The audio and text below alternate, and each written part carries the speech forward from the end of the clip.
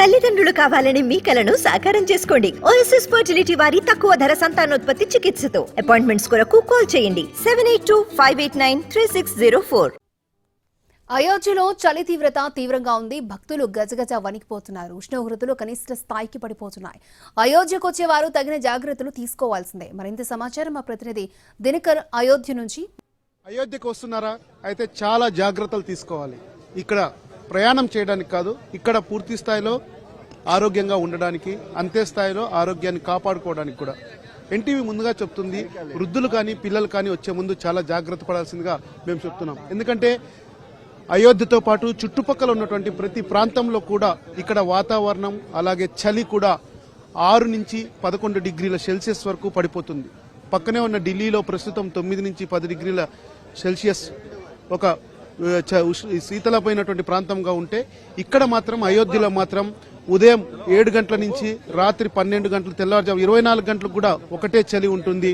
అందుకే ఇక్కడ అయోధ్యలో వచ్చే వారందరికీ కోసం ప్రత్యేకంగా హీటర్లు ఏర్పాటు చేసినటువంటి పరిస్థితి కూడా ఉంది. ఈ హీటర్లన్నీ కూడా ఇక్కడ ఉన్న వారికి తాత్కాలికమైనటువంటి ఊరటని ఇచ్చే అవసరమే ఉంది, కానీ ఈ చలిని తట్టుకోవడానికి మాత్రం చాలా ఇబ్బంది పడే అవకాశాలు ఉన్నాయి. అయితే రాముని మీద భక్తితో పాటు మీ ఆరోగ్యం మీద శ్రద్ధతో కూడా అయోధ్యకు రావాల్సిందిగా రిక్వెస్ట్ చేస్తున్నటువంటి పరిస్థితి ఉంది. నేను దాదాపు 2 రోజులుగా ఇక్కడ తిరుగుతున్నాను. 1 లేదా 5 సంబంధించినటువంటి బట్టలు వేసుకుంటే కానీ మనం ఈ చలి నుంచి కాపాడుకోలేం. ఇక్కడ చలి అధికంగా ఉంది. దానితో పాటు కూడా చుట్టుపక్కల ఉన్నటువంటి పరిసర ప్రాంతాల్లో మరింత శీతలంగా మారబోతున్నటువంటి పరిస్థితి ఉన్న నేపథ్యంలో అందరూ కూడా ఇక్కడ విధులకు వచ్చినటువంటి పోలీసులు కావచ్చు, అలాగే టూరిస్టులకు వచ్చినటువంటి ప్రతి ఒక్కరు కూడా కావచ్చు, ఈ చలి బారిన పడి మొత్తం అంతా కూడా వేడిగా చేసుకుంటున్నటువంటి పరిస్థితి ఉంది. చలి మంటలు వేసుకుంటున్నటువంటి పరిస్థితి కూడా ఉంది. అయోధ్యలో చాలా ప్రాంతాల్లో ఇలాంటి హీటర్స్ ఏర్పాటు చేశారు. ఈ హీటర్లు ఏర్పాటు చేసినా కానీ అవి రాత్రంతా పనిచేసి మళ్ళీ పొద్దున్నేకంతా అవి చల్లగా అయిపోతున్నటువంటి పరిస్థితి. మళ్ళీ రాత్రికి తిరిగి ఆన్ కావాలంటే మాత్రం మొరాయిస్తున్నటువంటి పరిస్థితి కూడా ఉంది.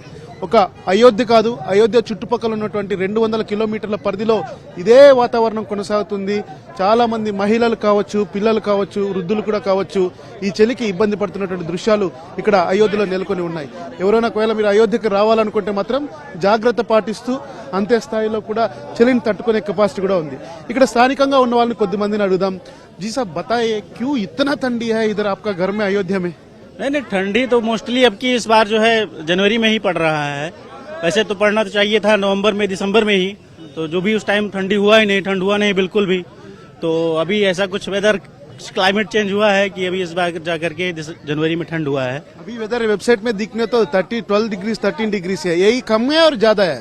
नहीं, यही अप्रोक्सीमेटली इतना ही चल रहा है। वैसे तो रात में जो है इस टाइम 7-8 डिग्री चला जाता है।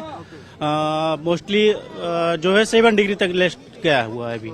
हम लोग इधर आ रहे हैं अयोध्या का आ रहे हैं ना, सो क्या सजेशन देता है कोई आने का? आप लोग अयोध्या में रहता है तो एवरी मौसम में ऐसे रहता है ठंडी? नहीं, जैसा कि अभी तो मान के चलिए, हाँ थोड़ा सा नदी का किनारा भी है सरयू जी का, तो वहाँ से भी थोड़ा सा ठंड ज्यादा इधर लग रहा है। बाकी तो जो भी है सारा क्लाइमेट एक तरीके से ही है, जो भी चल रहा है जैसा भी। तो हीटर के बात बताओ कैसा जी। ठंडी में तो काफी ज्यादा हेल्प हो जाती है इससे, है ना। योगी सरकार का हमारे यहाँ ये बहुत अच्छा योगदान है, जो आग से तपने के लिए हीटर वगैरह की व्यवस्था कर दिया है। नहीं तो लोग इसी सर्दी में परेशान रहते थे। ఇక్కడ చూడొచ్చు, మామూలుగా దాంతో పాటు ఇక్కడ చలిని కాపాడుకునేందుకు చాలా మంది కూడా టీని కూడా తాగుతున్నటువంటి పరిస్థితి ఉంది. ఆ టీ తాగుతూ కూడా తమ వేడిని ఇది చేసుకోవడానికి సో ఇక్కడ అంతా కూడా వాతావరణం చూస్తే మాత్రం చాలా కూల్ గా ఉన్నటువంటి పరిస్థితి. ఒకానొక సందర్భంలో ఇదే స్థాయిలో కూడా పూర్తిగా మరొక వాతావరణం కానీ క్రియేట్ చేస్తే రానున్న రోజుల్లో చలి యొక్క ఉష్ణోగ్రతలు ఇంకా పడిపోయే అవకాశం ఉందని కూడా చెప్తున్నారు. చాలా మంది ఎవరైనా వృద్ధులు కావచ్చు, పిల్లలు కావచ్చు, ఎవరైనా ఇక్కడికి రావాలని ఆతృతున్నా కానీ మీ ఆరోగ్యాన్ని దృష్టిలో పెట్టుకొని ఇక్కడికి రావాలని కూడా రిక్వెస్ట్ చేస్తున్నాం. ఎందుకంటే ఇలాంటి హీటర్లు కొన్ని ప్రాంతాలకు మాత్రమే ఏర్పాటు చేశారు. ఈ ప్రాంతాల్లో ఇవి కొద్ది మేరకు మాత్రమే ఉపశమనాన్ని ఇస్తున్నటువంటి పరిస్థితి ఉంది. ఇక్కడ చూస్తున్నాం మహిళలు కూడా కావచ్చు, తర్వాత వీళ్ళు కూడా కావచ్చు, ఈ యొక్క వేడిని తట్టుకోవడానికి. कितना ठंड है? आप कहाँ से आया? हम तो यहीं के अयोध्या के। हाँ, ठंडे ज्यादा है ना?